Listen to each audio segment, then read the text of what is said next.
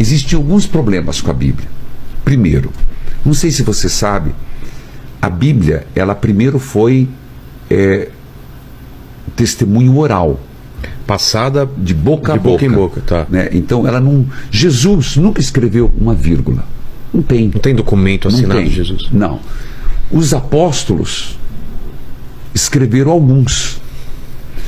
Então, primeiro ela foi contada de pai para filho, de filho para neto. Sim. O Antigo Testamento foi todo assim. E depois sentiu-se necessidade de se reunir os escritos. Principalmente na época do rei Salomão. Quando se reuniu e se fez do Gênesis até lá, você tem que entender que muita coisa foi escrito com uma linguagem arcaica hoje. Por mais que foi feita uma boa tradução para a língua portuguesa, são palavras que a gente não usa. Então, de modo geral... Hosana, por exemplo. Né? Hosana, amém. O que é amém? Né? É assim que seja. Mas tem muita gente que usa termos que não conhece. Eu tenho o hábito. Quando eu ia na missa, o Paquito, escutava o pessoal falando Rosana nas alturas. Quem é essa Rosana? Quem é essa Rosana? Depois que eu fui entender que era amiga Rosana. Do padre do balão? Hã? Amiga do padre do balão, será? Então, não sabia disso, né? Então tem coisas mesmo que a gente não entende. E eu tenho um programa de rádio todo dia, das 10 às 11. E eu faço a chamada leitura orante, leitura da Bíblia. E eu tento explicar, Vilela, palavras, termos que as pessoas não conhecem. A partir da Bíblia. É chamada leitura orante. E tem uma audiência muito grande. Foi quando eu me debrucei sobre provérbios.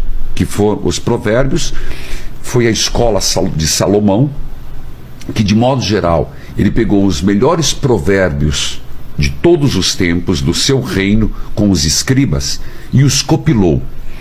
Então eu comecei a fazer essa leitura de provérbios e vi que tinha muita coisa lá que a gente nunca se deu conta. Então, primeiro problema em relação à Bíblia, desconhecimento do contexto que ela foi escrita.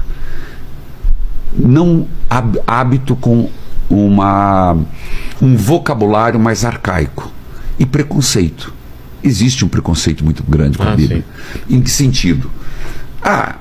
Coisa da igreja, isso é coisa de padre, isso é coisa...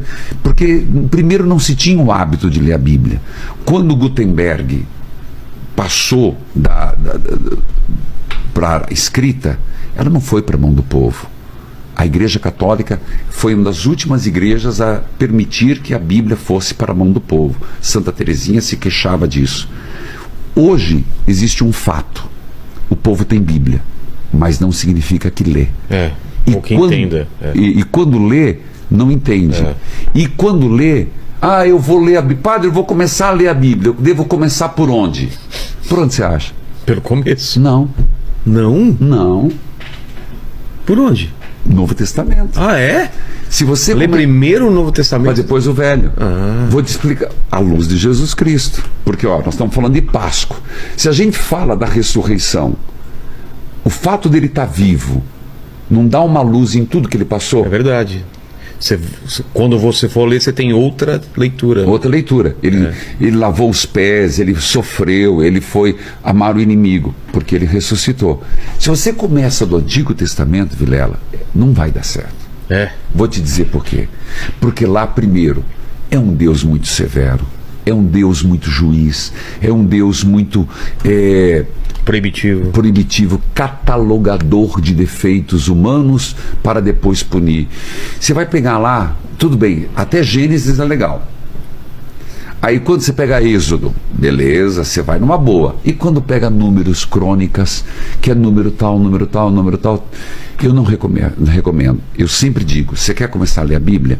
Comece a ler pelo Novo Testamento. Mateus, Marcos, Lucas, João, lê até o Apocalipse, depois volta para o Gênesis. Então, quando eu fui trabalhar Nunca Foi Segredo, exatamente algumas coisas que estão lá, que não foram lidas, ou se foram lidas, não foram aprofundadas.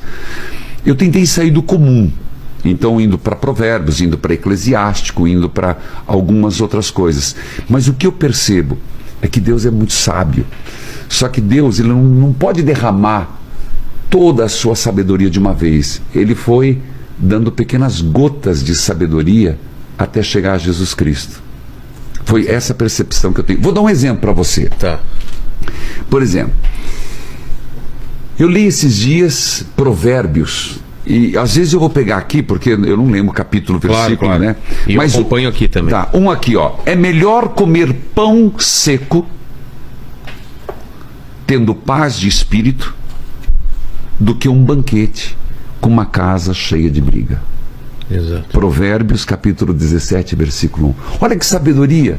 É melhor comer pão seco com água e ter paz de espírito do que um banquete e uma casa cheia de briga. Gente, às vezes a gente parece tão óbvio isso, né? Óbvio, mas não é. Tem gente que tem o pão seco. Eu sempre falo, olha, se a pessoa tem respeito, amor, e ela consegue comer arroz, feijão e um zoiudo e ser feliz, do que ter comidas mais exóticas E possíveis. não fala com o pai, é brigado com o irmão. O que adianta, né? Então eu peguei ensinamentos assim, sabe, para fazer as pessoas, poxa, mas isso é muito óbvio, padre. É, mas o óbvio não é tão óbvio. Hoje a gente está perdendo